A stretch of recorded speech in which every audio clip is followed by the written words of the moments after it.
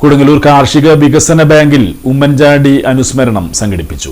കൊടുങ്ങല്ലൂർ കാർഷിക വികസന ബാങ്കിന്റെ ആഭിമുഖ്യത്തിൽ സംഘടിപ്പിച്ച അനുസ്മരണ പരിപാടിയിൽ പ്രസിഡന്റ് ടി.എം. നാസർ ഉമ്മൻചാണ്ടിയുടെ ചിത്രത്തിൽ പുഷ്പാർച്ചന നടത്തി അനുസ്മരണ സമ്മേളനം ഉദ്ഘാടനം ചെയ്തു.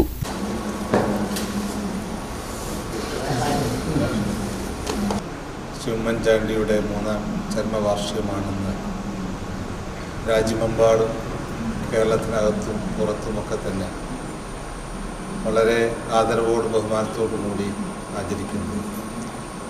കാർഷിക വികസന ബാങ്കുമായിട്ടുള്ള അദ്ദേഹത്തിൻ്റെ ബന്ധം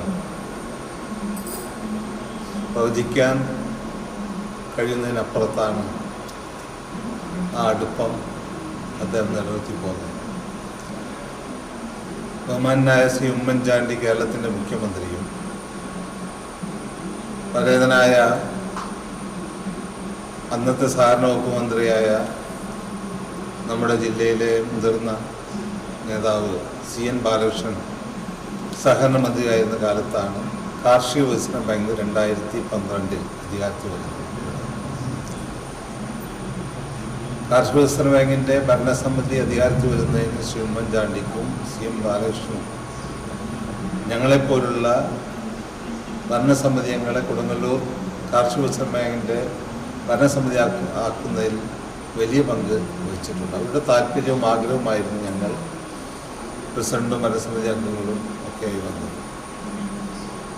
കാർഷിക വികസന ബാങ്ക് നിങ്ങൾക്കറിയാൻ തുടങ്ങിയത് ജില്ലാ സഹകരണ ബാങ്കിൻ്റെ ഒരൊറ്റ മുറിയിൽ പ്രവർത്തിച്ചു എന്നിരുന്ന ബാങ്ക് ഭരണസമിതി യോഗം ചേർന്ന വരാന്തയിലാണ്.